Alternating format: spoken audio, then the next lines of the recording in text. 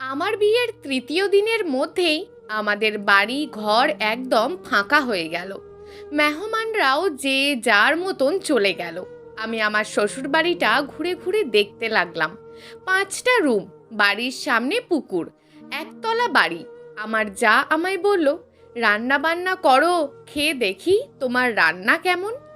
আমিও যথারীতি রান্না শুরু করে দিলাম।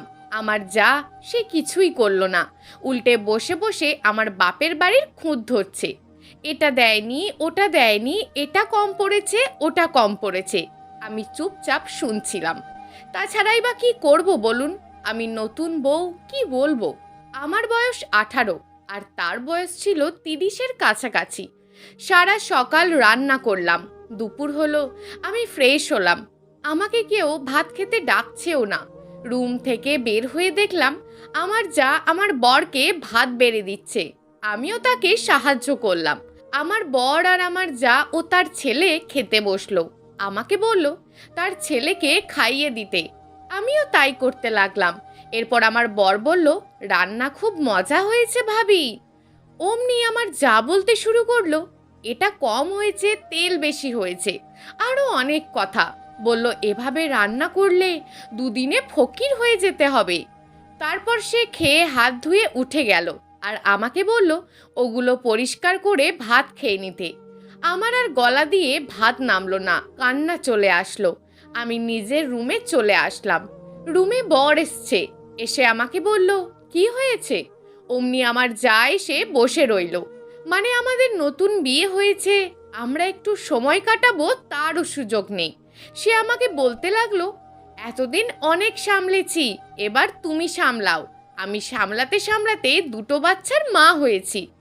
আমি কিছু বললাম না। তারপর তার অত্যাচারগুলো দিন দিন বেড়েই চলছিল। তারপর সারা দিন কাজ করতাম, সে কিছুই করতো না, উল্টে বসে বসে আমার খুঁত ধরতো আর বলতো, আমি অনেক করেছি, এবার তুমি করো, আমাকে কদিন কাজ থেকে ছুটি দাও। আমি আমার বরের সাথে একটু হেসে কথা বললেও মনে হয় তার জ্বলতো। আমি একটু সাজলেও বলতো, সারাদিন সাজা ছাড়া কোনো কাজ নেই। আমি জামাইয়ের সাথে একটু কথা বলতে বসলে কাজ না করে জামাইয়ের সাথে বসে থাকি, এরকম অনেক কথা শোনাতো। অনেক সময় মানুষকে বোঝাতো।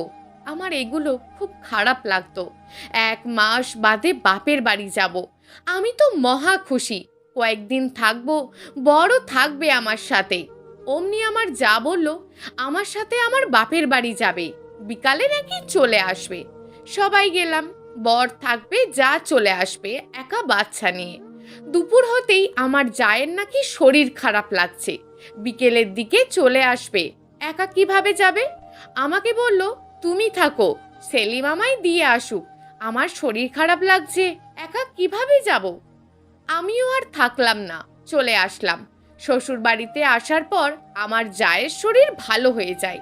সে হাঁটছে, খাচ্ছে, আরও কত কি। আমি তাও কিছু বললাম না। তার অত্যাচারগুলো দিন দিন বেড়েই যাচ্ছে। আমার ভাসুর বাড়িতে থাকতেন না খুব একটা। আমার বিয়ের 4 মাস পর উনি মুদির দোকান ছেড়ে বিদেশে গেলেন। ব্যাস, তখন তো তাদের আসল রূপগুলো আরও খোলাখুলি। আমার যা নিজেকে অনেক কিছু মনে করত আর আমাকে মনে করত তার চাকরানি। সবসময় আমাকে কাজের হুকুম দিতেন, নিজে কিছুই করতেন না। আবার আমার নামে মানুষকে বোঝাতেন। পুকুরে জাল দিলে যে মাছ পেতাম উনি অর্ধেক ওনার বাপের বাড়িতে, বাকিটা বেচে দিতেন আর কিছু ঘরে রাখতেন।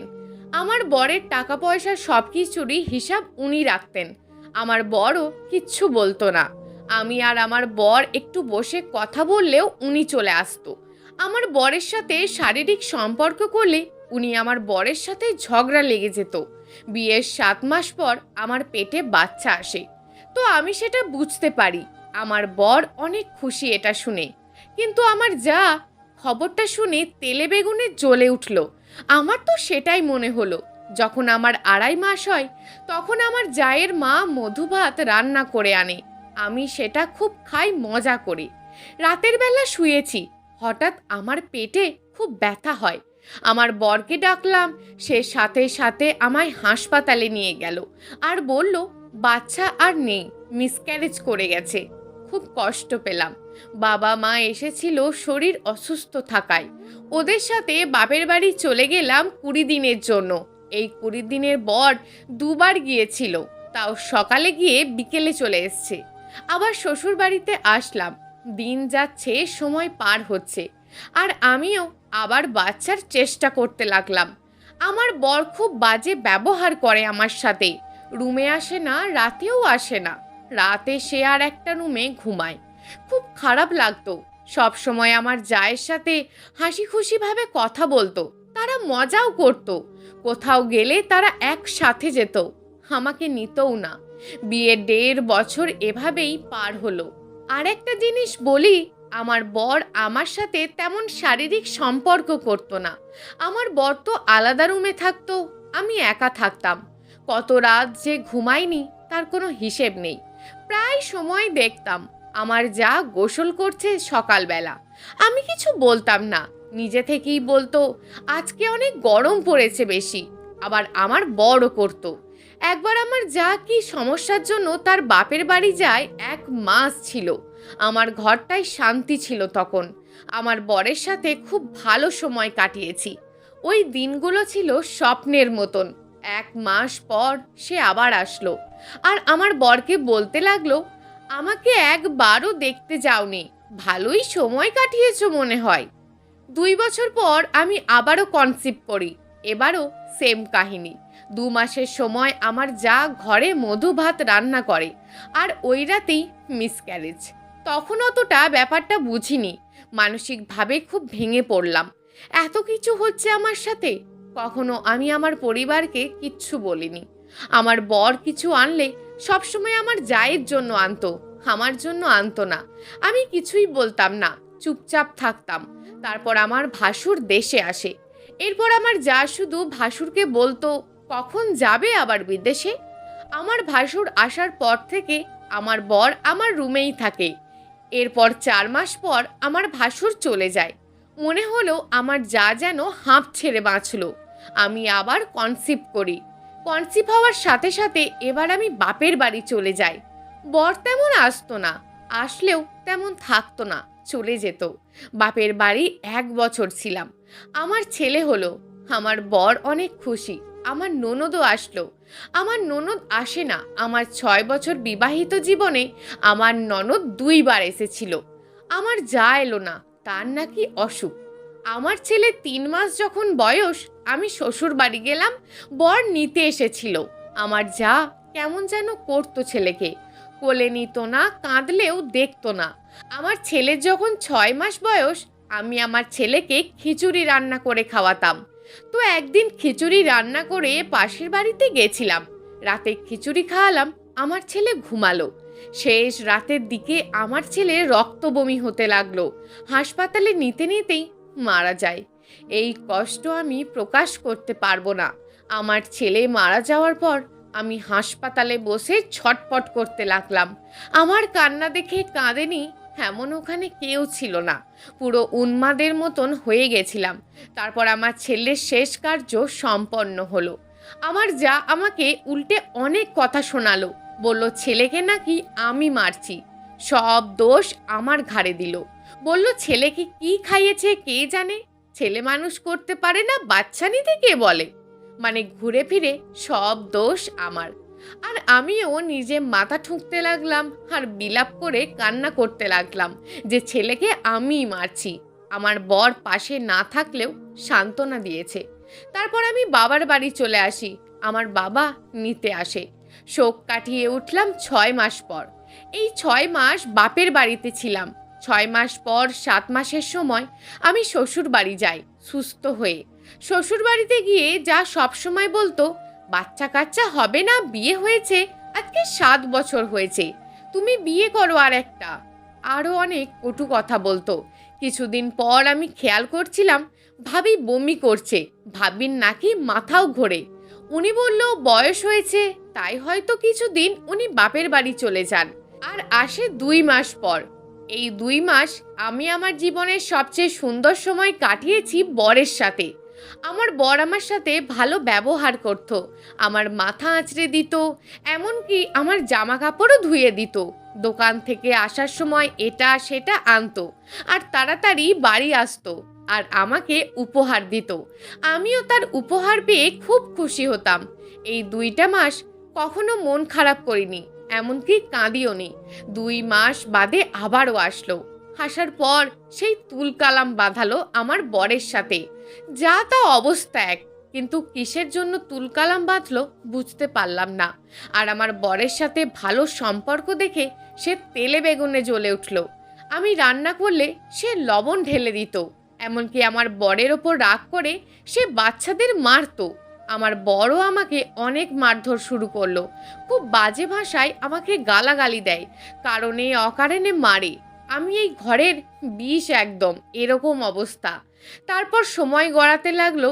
কিছুদিন পর আমার ভাসুর আসলো। সে বলল আর যাবে না। আমার যা আমার ভাসুরের সাথে যুদ্ধ বাঁধালো, কেন যাবে না বিদেশে।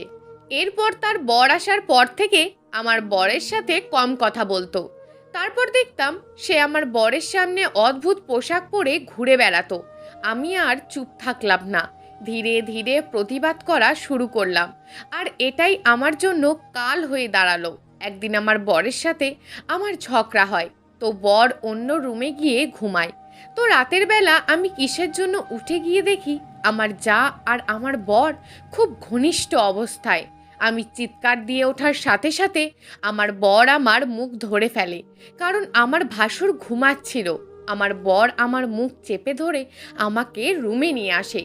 ওই মুহূর্তে আমার বরের গায়ে কোনো বস্ত্র ছিল না। আমার যাও আসে কোনো রকম একটা ওড়না গায়ে চেপে।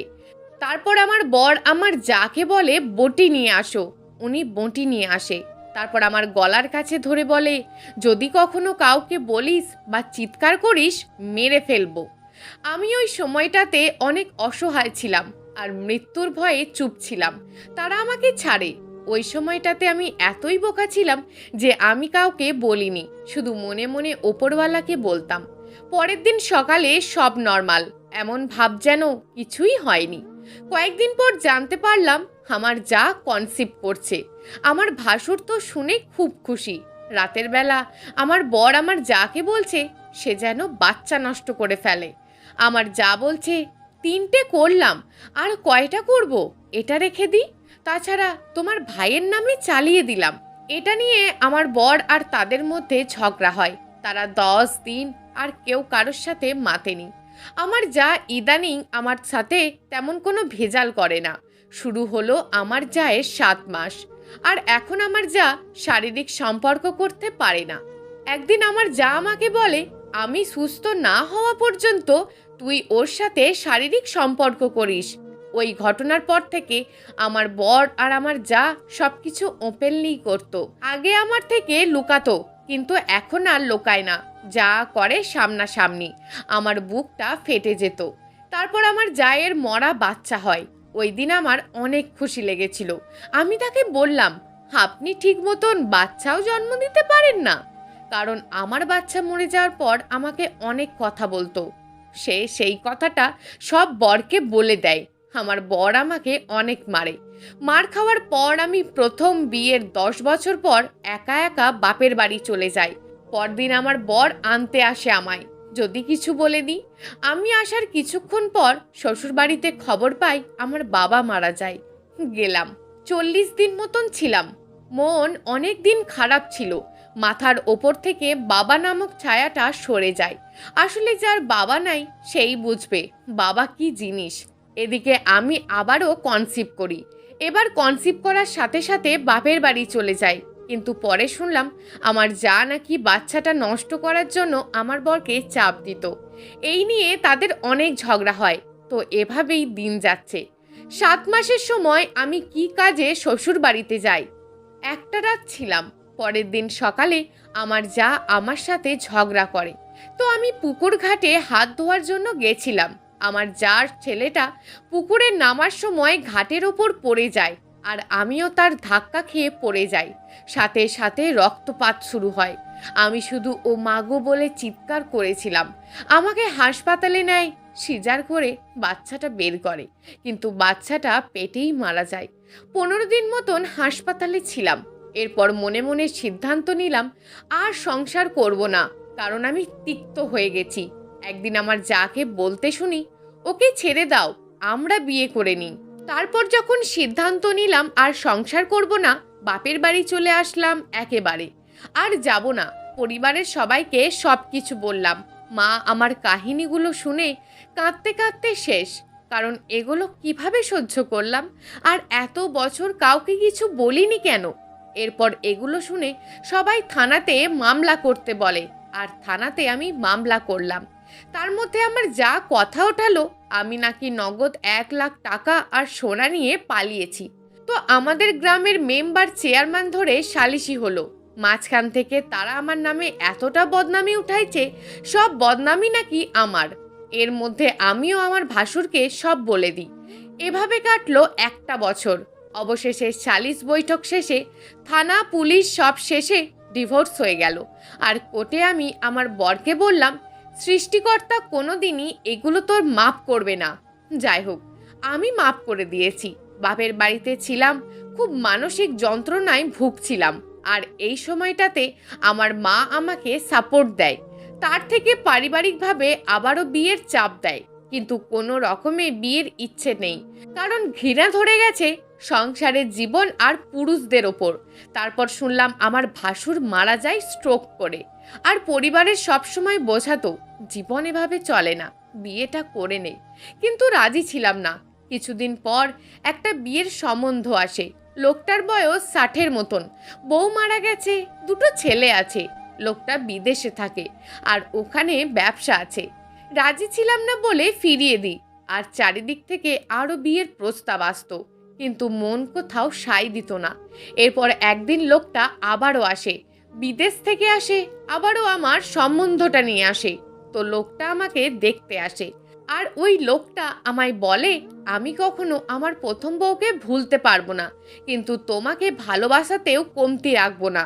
তবে একটা কথা, আমার ছেলেগুলোকে একটু ভালোবাসলেই হবে, আর কিছু চাওয়ার নেই। সেদিন হয়তো ওনার চোখের ভাষা বুঝতে পেরেছিলাম। যাই হোক, আমার বিয়ে হয় ওনার সাথে। তারপর আমি এক অন্যরকম জীবনে পা দিই। এই সংসারেও যা আছে, কিন্তু উনি আমার মায়ের থেকেও ভালো। আমি নিজের চাইতে আমার যাকে বেশি ভালোবাসি। আর আমরা যে আগে বিবাহিত, এটা আসলে আমরা ভুলেই যাই। উনি আমাকে এত ভালোবাসেন, মনে হয় যেন 18 বছরের যুবতী আমি। আর ছেলেগুলো আমাকে মায়ের মতন করে ভালোবাসে। আমার মাথাতেও আসে না যে তারা আমার গর্ভের নয়। দেশে আর যায়নি, তবে যাব। শুনেছি আমার আগের যা নাকি ওর বরের মৃত্যুর পর আমার বরকে বিয়ে করেছে। আমার জায়ের নাকি জরায়ুর ক্যান্সার ধরা পড়েছে। আর কিছু জানি না। এখন সৃষ্টিকর্তাকে শুকরিয়া জানাই, তখন যদি ওরকম কষ্ট না করতাম, তাহলে কি আর এখন এরকম সুখ হতো? আমার ছেলেগুলো এখন আমাকে পাগল করে দিচ্ছে, তাদের নাকি একটা বোন লাগবে। আমার বড় ছেলের বয়স 22 আর ছোটটার 18। বেশিরভাগ কাজেই তারা আমাকে সাহায্য করে। ভালোবাসায় পরিপূর্ণ আমার সংসার। দোয়া করবেন আমার জন্য। আর অবশেষে সুখ জীবনে ধরা দিয়েছে। প্রিয় দর্শক, এই গল্পটা আপনাদের কেমন লাগলো তা অবশ্যই একটি কমেন্ট করবেন। আর যদি গল্পটা আপনাদের ভালো লেগে থাকে, তাহলে ভিডিওটিতে একটি লাইক করে দেবেন। এই ধরনের ভিন্ন স্বাদের গল্প শোনার জন্য চ্যানেলটিকে অবশ্যই সাবস্ক্রাইব করে আমাদের সঙ্গে যুক্ত থাকুন।